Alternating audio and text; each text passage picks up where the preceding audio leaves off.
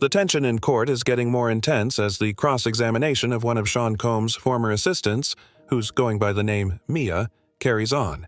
Mia is back on the stand, and this time the spotlight is on whether her story is solid or starting to shake. Combs is currently facing serious charges tied to some shady behind-the-scenes dealings. Let's just call them high-level misconduct and control games. He says he's innocent and hasn't done anything wrong. But today, it wasn't about him. It was about Mia. The defense team is doing everything they can to make her look like she's not telling the full truth. Their angle? They're saying she didn't actually accuse Combs of doing anything inappropriate until after another woman, Cassie Ventura, filed a major lawsuit. Mia, however, says that's not true at all. So now, all eyes are on how believable Mia really is.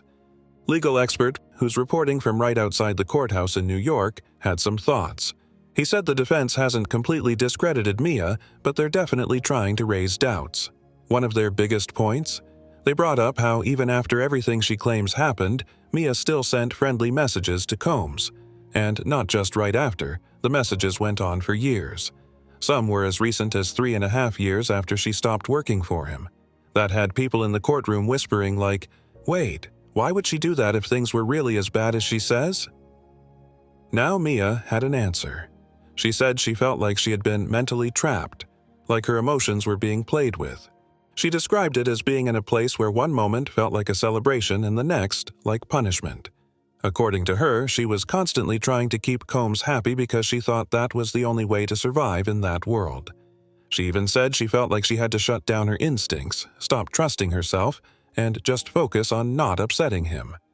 Basically, she claimed that his approval was the only thing that seemed to matter in that environment. But even with all that said, the defense came right back and asked, okay, but why were you still sending heartfelt messages years later? Even after someone close to Combs passed away, you were reaching out again. Why? And Mia didn't really have a clear answer. So, while her story still seems to carry emotional weight, it's also giving the defense something to work with. Not because they've proven she's lying, but because her explanations have a few gray areas, and in court, those gray areas can be a big deal.